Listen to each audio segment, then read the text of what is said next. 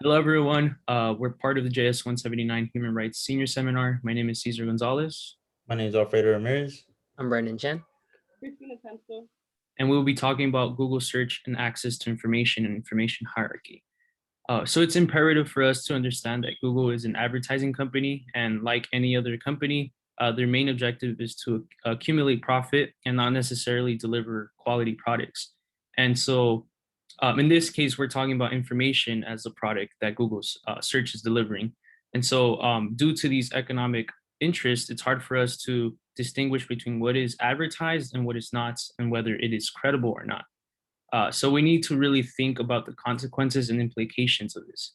As Dr. Safia Noble, an associate professor at UCLA and author of Algorithms of Oppression, has explained, Google prioritizes certain search results, and this has led to multiple incidents where people and ideas have been mischaracterized or misrepresented. Our research analyzes the structures of Google search, its effects on citizens, and the bias that it's built into them. And so we hope to reinforce and build off of Noble's research. And so on that note, I would like to pass it on to Alfredo. An important aspect of Google that the average user doesn't seem to notice is the biases that have been caused through all the algorithms that Google presents. 65% of computer programmers are white, and 79% are male, which makes it probable that hegemonic narratives, patriarchy, heteronormativity will be upheld, leading to the misrepresentation of marginalized groups. For instance, in Alphabet board of directors, Google's parent company, only 4 out of the 11 board members are people of color. Looking into Yelp's board of directors, only 2 out of 9 are people of color. Facebook's board has 18 members and only 3 are people of color. Lastly, Yahoo's board is 28 members and only 2 are people of color. The biases found in the algorithms developed by the likes of these companies are a result of the heteropatriarchal dominant space within the tech industry, and these companies reflecting the perspective that tends to exclude women and other minorities. And from this standpoint, I'm passing on to Brandon. Search engines companies gain profit through advertising for businesses that pay for increased chances of engagement from internet users, inadvertently fueling this ideology of dominant groups now in the cyberspace. To gain the top spot in Google advertisements, advertisers compete to outbid each other, and this competition of online advertising excludes small businesses that may not be able to compete against large and wealthier corporations or franchises over paid advertising. And another ongoing issue, next slide, please. Another ongoing issue with online advertising is this lack of review over what an organization may be publishing or promoting. Google profits from hate groups and their racist ideologies, allowing these kinds of groups alongside businesses to pay and reappear on the same space on the internet, despite promoting hate speech and racist propaganda.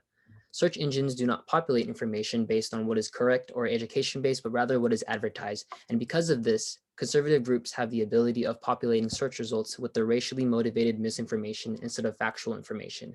And this is harmful because it shows how Google does not police the spread of prejudicial and misinformative content. And with that, I'll pass it on to Christina. As consumers are becoming more worrisome about what is happening with their personal information and data collected, non-commercial search engines are becoming fierce competitors against Google. DuckDuckGo, the search engine that doesn't track you, which was founded in 2008 by Gabriel Weinberg, prides itself on keeping users completely anonymous by not storing information from a user's computer nor saving a user's search history.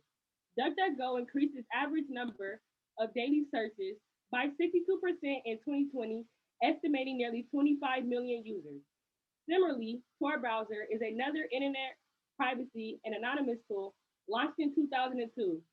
Tor is much slower because it is bouncing off 3 different nodes to keep users anonymous. Users are giving up speed for privacy.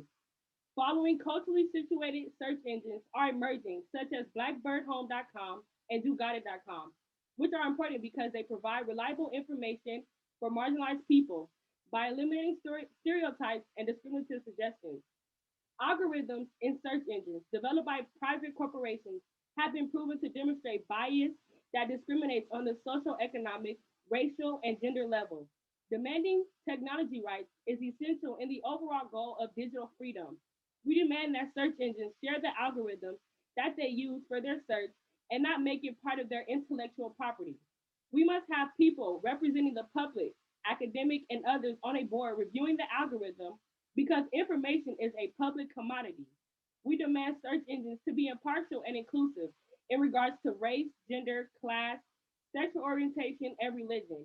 And we also promote the use of culturally situated search engines as another form to access information, introducing a declaration or convention that regulates algorithms and safeguards fundamental technology rights should be pursued. Thank you.